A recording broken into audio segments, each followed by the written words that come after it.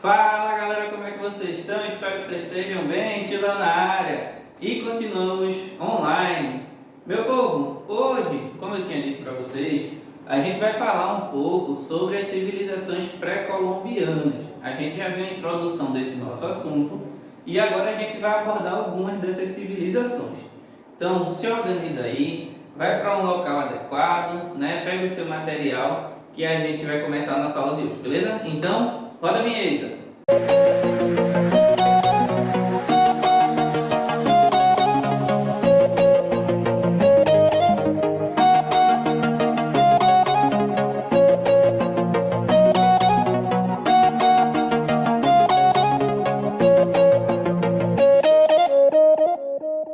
Bom, meu povo, como eu tinha falado para vocês, hoje a gente vai falar, né? Como eu tinha falado mais uma vez para vocês, a gente vai falar aí de civilizações pré-colombianas e a gente vai dar um destaque para astecas, maias e incas. E aí a gente tem slide, se tem slide tem a produção artística da escola para nos ajudar, beleza? Então vamos ver se está tudo certo. Produção? Bom, meu povo, aqui está um mapinha da América, né? Lembrando que são civilizações pré-colombianas, e aí a gente está falando aí de civilizações que habitavam na América. E aí essas três civilizações elas se destacam pelo grau de desenvolvimento apresentado em toda a sua estrutura, beleza? E aí essas três civilizações, especificamente a gente vai ver dois impérios e um conjunto de cidades-estados, né? Elas estavam, a gente vai começar mostrando onde elas estavam. Esse mapinha aqui, se a gente tivesse um outro mapa maior de toda a América, vocês iam perceber que aqui é a América do Sul, aqui é a América Central e aqui para cima é a América do Norte, né? Ou seja, a gente tem onde hoje é os Estados Unidos, Canadá e México. O México seria mais ou menos essa região. A gente tem aqui toda a América do Central e aqui a América do Sul, ou seja, aqui seria onde é hoje o Brasil, né? E aqui a gente tem mais ou menos onde é o Chile, onde é o Peru, aqui nas laterais. E aqui estão o local dessas civilizações. Os astecas se desenvolveram aqui, os maias se desenvolveram aqui e os incas aqui, ou seja, astecas aqui no finalzinho da América do Norte e os maias aqui entre um pedacinho da América do Norte, mas principalmente na América Central, e os incas aqui na América do Sul, beleza? Então vamos lá, produção? Vamos começar por quem? A gente vai começar pelo pessoal lá de cima, a gente vai começar pelos astecas. E aí, meu povo, você vai ter uma sessão nostalgia agora. A gente vai relembrar aquele estilo de aula do sexto ano, que era quando a gente via características da região, né? Não sei se vocês lembram que a gente via características da região, a gente via os povos que foram para essa região, o que eles fizeram. Lembra que a gente seguia essa sequência? A gente vai fazer parecido dessa vez. Talvez seja aí também os últimos momentos que a gente usa esse método para falar de algum povo de antigamente. Beleza? Vamos lá, vamos falar das astecas. Produção? Bom, a civilização asteca está localizada no atual território do México, onde hoje tem um país chamado México, bem conhecido, é onde viviam os astecas, ou seja, o México ele tem sua base cultural aí, descendente, né, também da cultura, principalmente também da cultura asteca. Mais especificamente, né, os astecas viviam numa ilha dentro de um imenso lago chamado Texcoco, era o nome do lago, e foi ali que a civilização ela aflorou. Os primeiros grupos migraram lentamente e gradualmente de Aztlán. Vê bem, a situação é mais ou menos a seguinte: acredita-se que povos vindos do norte, mais ou menos de onde hoje é os Estados Unidos, especificamente de uma cidade meio lendária, de uma região meio lendária chamada Aztlán, área no atual Estados Unidos, começaram a migrar para o sul, em direção ali onde é hoje o México. E aí, alguns desses povos foram migrando e um desses povos é o que mais na frente a gente vai chamar de Azteca, beleza? Então, os primeiros grupos migraram lentamente da região de Aztlán para a região onde hoje é o México e chegaram ao planalto mexicano, se misturaram com outras culturas, como por exemplo os toltecas, e lá, depois de muita peregrinação, idas e vindas, esse povo específico, que a gente está chamando de Azteca, ele vai para essa região do lago Texcoco, né? Do lago aqui Texcoco, e vai começar a drenar áreas pantanosas e viver ali em ilhas dentro desse lago, e ali eles vão fundar a cidade de Tenochtitlan. Olha só como eu estou bem. Meu povo, falar as palavras aí de origem asteca, vocês vão ver que é bem difícil, algumas eu não vou nem tentar, mas essa dá para falar. Tenochtitlan. Tá, não foi das melhores pronúncias, mas dá para passar. Então essa é a cidade e basicamente o centro de todo o império que vai se formar aqui para os povos astecas. Vamos conhecer mais algumas coisas. Produção? Aqui está a bandeira do México, como eu falei para vocês, né? É a região onde hoje, né, o México é onde aflorou a cultura asteca. E eu queria fazer uma ênfase para você ver como a cultura asteca está presente na cultura mexicana atual. Aqui está a bandeira do México e eu queria falar desse símbolo aqui. Produção, passei, por favor. Olha só, essa águia bonitona aqui está no meio da bandeira. Pois bem, meu povo, vê bem. Quando os astecas estavam peregrinando de uma região a outra até chegar no local onde eles fundaram a cidade de Tenochtitlan, que eu acabei de falar, né, acreditava-se que esse povo estava migrando e tinham problemas, entre outras coisas, mas existia uma profecia, digamos assim, de uma terra prometida, né? Lembra muito a história do povo hebreu. E aí, os sacerdotes astecas, ao chegarem aí na região onde foi fundada a cidade, eles viram uma águia pousada num cacto e ela carregava aí nas suas presas e no seu bico aí uma serpente, né? E o pessoal lá, os sacerdotes astecas, entenderam que isso era uma mensagem, isso era um sinal de que ali era o local onde os astecas deveriam viver. E aí, esse símbolo acabou mais na frente virando o símbolo da bandeira mexicana. Veja que interessante. Símbolo bonito, né? Com a cobra aí, os cactos e coisas do tipo, né? Vamos lá, curiosidade bacana. Vamos passar. Produção? Bom, aqui está um mapinha do... Hoje eu estou trabalhando um pouquinho com imagem, né? Um pouco mais de imagem. Aqui está um mapinha do Lago Texcoco, né? Que é um grande lago, na verdade. E aqui está mais ou menos a região onde se desenvolveu a civilização asteca, beleza? E aí isso depois foi sendo alterado também. E hoje essa região é uma região muito importante para o México, porque é por ali, né? Naquelas redondezas também que está uma das suas principais, ou talvez a sua principal cidade, né? A gente vai chegar lá. Produção? Aqui está uma ilustração antiga, né? Do que seria o Império Azteca.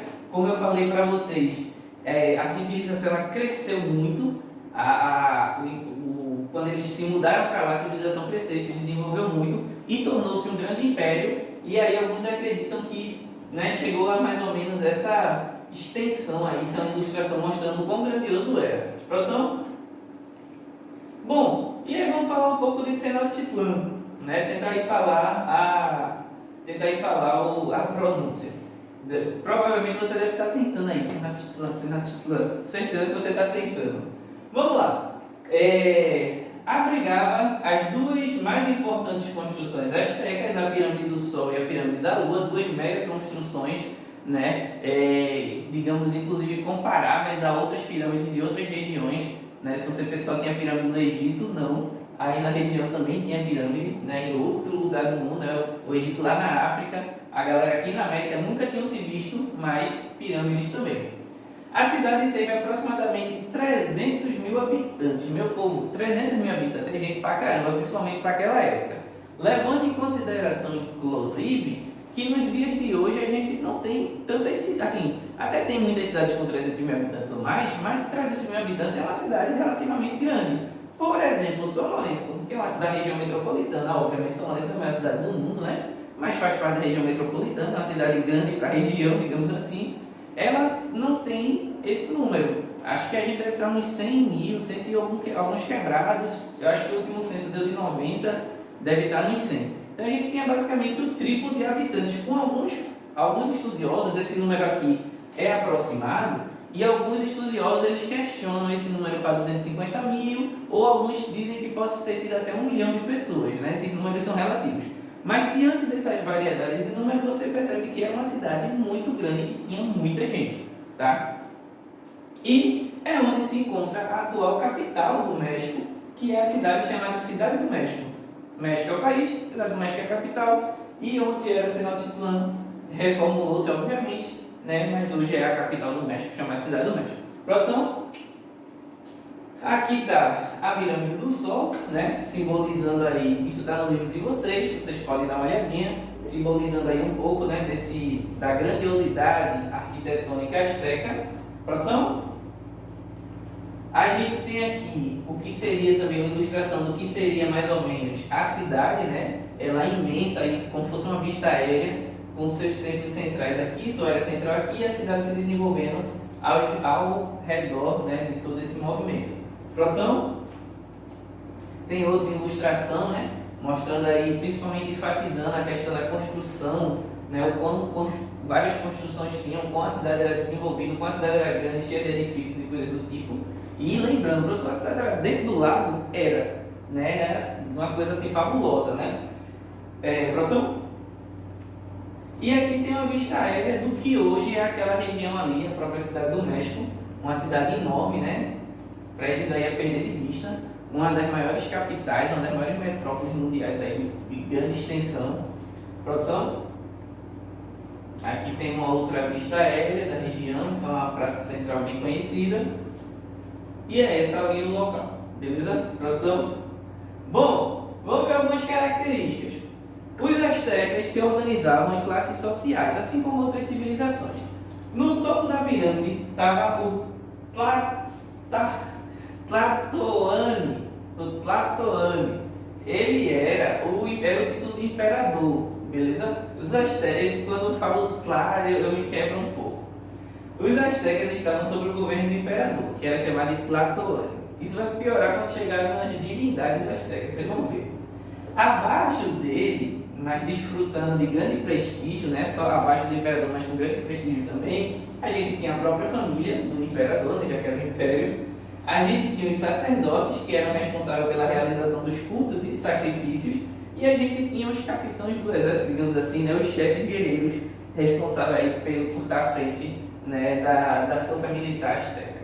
Meu povo, vê bem, alguns questionam a ideia de Império Azteca, porque na verdade a situação é o seguinte: os astecas eles eram ligados a outras duas grandes cidades, tá? Tenochtitlan, no caso, era ligado a outras duas grandes cidades, e essas três cidades juntas formavam, digamos assim, uma santa aliança, uma tríplice aliança asteca, e essas três cidades era que dominavam outras regiões ao redor, dominando outras cidades, outros povos e aumentando a extensão do império.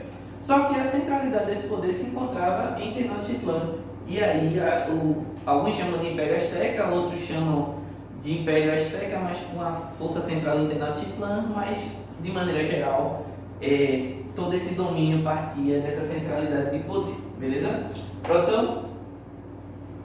Bom, as demais classes sociais cotidianas eram artesãos e comerciantes, né? O pessoal da produção e o pessoal do comércio, o pessoal que produzia e o pessoal que vendia. Os camponeses, que era a maior parte da população, a galera que trabalhava no campo, né? Na agricultura. E também tinha escravos normalmente provenientes de guerra, ou desertores, o pessoal do exército que fugia da guerra, ou mesmo devedores, né? Pessoas que estavam devendo e acabavam se tornando escravos. Produção? Bom, a atividade econômica desenvolvida pelos astecas baseava-se na agricultura, no comércio e no artesanato. Veja que eles conseguiam desenvolver as três áreas aí da economia, tanto a agricultura, quanto o comércio, quanto a produção aí no artesanato. No âmbito agrícola, cultivava-se feijão, pimenta, tomate, cacau, algodão, abóbora, milho, entre outros. Observe uma grande diversidade aqui na observação de alimentos. Devia-se principalmente por causa do desenvolvimento de suas técnicas. Veja que era uma população que desenvolvia várias práticas agrícolas. Por exemplo, o Brasil, um pouco depois dessa civilização aí, não desenvolvia tão bem tantas atividades agrícolas como a galera desenvolvia, só para fazer um comparativo. E aí eles desenvolviam vários produtos agrícolas diferentes, né, por causa do desenvolvimento das técnicas agrícolas. Mas chega um momento que a produção, a população cresceu tanto e o império cresceu tanto, e mesmo a produção estava tão desenvolvida que começou a faltar áreas para se produzir, para se plantar. Foi quando apareceu uma das obras mais interessantes da engenharia, agrícola, por exemplo, que foi o seguinte: sabe o que o pessoal resolveu fazer? O pessoal resolveu fazer ilhas artificiais dentro do lago, já que não tinha mais espaço para a produção, digamos assim, e resolveu fazer ilhas artificiais, ou seja, fazer a própria ilha. Colocava-se tocos, né, troncos, digamos assim, fazendo pilares, e a galera aterrava ali, deixava aquele ambiente fértil, né, com estrumo, com as coisas necessárias para a produção agrícola, e produzia literalmente ilhas artificiais ou jardins artificiais dentro do lago, para aumentar a área de produtividade. É o que a gente chama de chinampas, a gente vai ver agora, produção? E aqui está o que eu estou falando. Foi quando surgiu a ideia das chinampas, tá? Que eram aí ilhas artificiais que aumentavam a área de produção da turma aí da região. Veja que interessante, né? A galera produziu ilhas aí para poder produzir mais. Produção? Aí aqui está uma ilustração, né? Se eu não me engano, isso é uma maquete bem conhecida, né? De como seriam essas ilhas artificiais. Inclusive vocês poderiam fazer, hein? Pegava aí uns isopores, né? Botava aí gel para fazer a água, fazia aí os espaçozinhos, esses canteiros, né? Canteiros artificiais aí para poder demonstrar a população implantando. Aí fica o desafio, como é que você consegue fazer? Né? E aí tem a ilustração bem feitinha, por sinal, né? Pode ver que isso é uma maquete, né? Produção? Bom, se não for uma maquete, pelo menos aparenta. Aqui tem outra, né? Que é uma foto de uma construção parecida, né? Mas já real, né? Em situação real, né? Os canteiros aqui dentro da água mesmo, também simbolizando. Produção? Bom, é isso, eu sei que tinha mais alguma. Mas aí tem as chinampas, né? Ou seja, foi para a época, né? Você fazer uma ilha artificial para a produção realmente é um pensamento bem além do período, né? Então aí para você ver como essa civilização é desenvolvida. Isso quebra muito a ideia de que quando os europeus chegaram encontraram civilizações atrasadas, não. Encontraram civilizações das mais variadas e algumas eram muito desenvolvidas, como por exemplo os astecas. Bom, eles também tinham uma vasta rede de comércio na qual negociavam peles, móveis, pequenos animais, objetos de cerâmica, tecido. Então tinha uma vasta rede de comércio. E no campo das artes da arquitetura, né, destacou-se a construção de pirâmides, templos, arquedutos, diques e várias outras obras de infraestrutura. Produção? Bom, meu povo, agora vem a parte dos nomes difíceis.